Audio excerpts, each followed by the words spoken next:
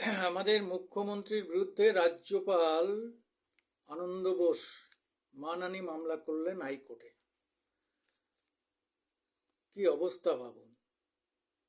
এই রাজ্যে আমরা একটা সংবিধানের মধ্য চলা একটা রাজ্য, সেই রাজ্যে কি নোংরামির, চূড়ান্ত নোংরামির খেলা চলছে।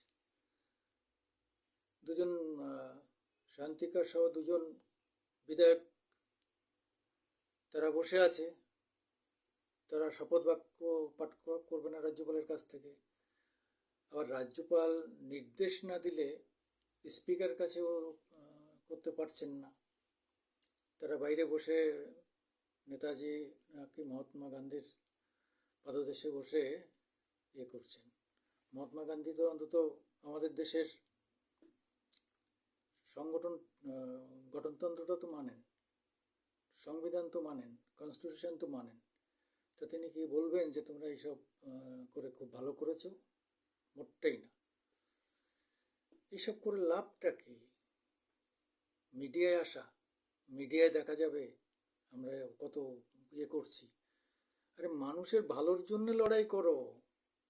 আনন্দ বোসের পদে লেগে কি হবে? আর আনন্দ বোস এদের পদে লাগছে কি? সরি, খুব খারাপ কথা বলতে হচ্ছে। কেন এই লাগালাগি? আমরা তো কাজ চাই, সাধারণ মানুষের উপকার চাই। জিনিসপত্রের দাম বাড়ছে, এই তো হঠাৎ করে বিদ্যুতের দাম মানে কত বেড়ে গেল। কেন বিদ্যুতের দাম হঠাৎ করে বেড়ে গেল? কারণটা কি? কে বাড়ালো? কারা বাড়ালো? এবং সেই মানে সরকার তার বিরুদ্ধে কি করেছে? এই বিদ্যুতের কাছ থেকে এরা শাসক দলের বিভিন্ন খাতে মোটা মোটা টাকা দিয়েছে। সেই টাকাটা এখন আমাদের এই লক্ষ লক্ষ আমাদের সাধারণ মানুষের বিল থেকে সেই টাকা আদায় করা হবে। কেন? সেখানে আমাদের ছাড় দিন, সেটা নিয়ে কাজ করুন। কম পয়সায় যাতে আমাদের বিদ্যুতের বিল দিতে হয়। কেজরিওয়াল খারাপ হোক ভালো হোক, সে তো অনেকদিন দেখিয়ে দিয়েছে যে 300 ইউনিট পর্যন্ত বিদ্যুতের বিল নেয়নি। আপনি তো মানে সে 1 ইউনিটের দাম নেবেন 6 টাকা 32। কেন? এটা করুন। রাজ্যপালের বিরুদ্ধে আপনি কিছু ইয়াং ছেলে মেয়েকে লাগিয়ে দিয়েছেন, কি হবে? রাজ্যপালের বিরুদ্ধে তো কোনো মামলা হবেই না। একটু নোংরামি করা যাবে। দুটো কথায় রাজ্যপাল খারাপ, আপনি বলছেন ভয়ে রাজ্যপালের যাবেন না। আপনার এই 70 বছর 69 বছরের বয়সে আপনি রাজ্যপালের কাছে গেলে রাজ্যপাল আপনার কী করবে? শ্লীলতানি করবে? করতে পারে সেটা? এসব কথা বলে লাভটা কি? মুখ্যমন্ত্রী আপনি অত্যন্ত বহুদিনের এই সংসদীয় গণতন্ত্রের মধ্যে আছে। 3টে টার্মে আপনি মুখ্যমন্ত্রী, তার আগে 2বার রেলমন্ত্রী, বড় বড় পদে থেকেছেন, সারা ভারতবর্ষের ঘুরেছেন, আপনি সব জায়গার আইন কানুন সব জানেন।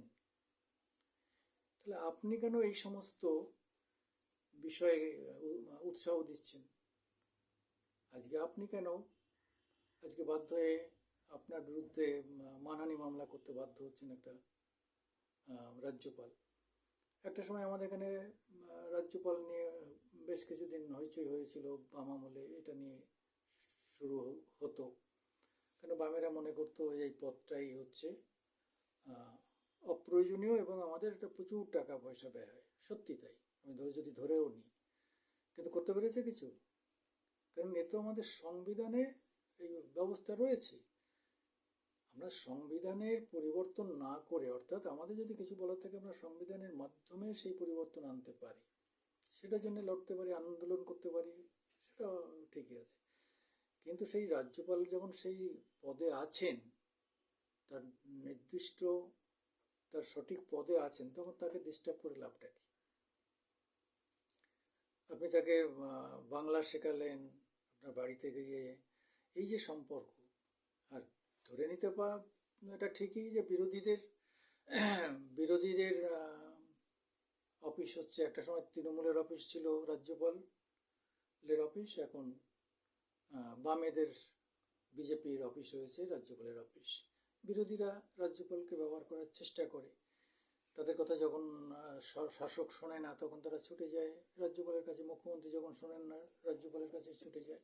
এই ব্যবস্থা তো আজকের নতুন না, বরাবর চলে এসছে। আপনিও একটা সময় কথায় কথায় রাজ্যপালের কাছে ছুটে যেতেন, এ তো পরিষ্কার। কিন্তু তা না। হ্যাঁ, ধনকড়ের আমল থেকেই যে ভয়ঙ্কর অবস্থা শুরু করলেন, বা ধনকড় অত্যন্ত আইন বিশেষজ্ঞ এবং একজন আইনজীবী বলে সে লড়াই করতে পেরেছে। হ্যাঁ, সে কোনো কিছুতেই এমন কিছু নেই তার বিরুদ্ধে বলা হয়নি, তার উপর চাপানো হয়নি, কিন্তু তবু কিছু করতে পারা যায়নি। আবার একজন এসছেন, ইনি অতি উচ্চ শিক্ষিত ভালো মানুষ, কিন্তু তাকে যদি আমরা সুযোগ না দিই কাজ করার, তাহলে কি করা হবে? যাই হোক, আমি সুকুমার দেবনাথ, মামাটি মানুষ ইউটিউবের পক্ষ থেকে আপনাদের কাছে আসি। আপনারা দয়া করে আমাদের লাইক দেবেন, শেয়ার করবেন এবং সাবস্ক্রাইব করবেন। নমস্কার।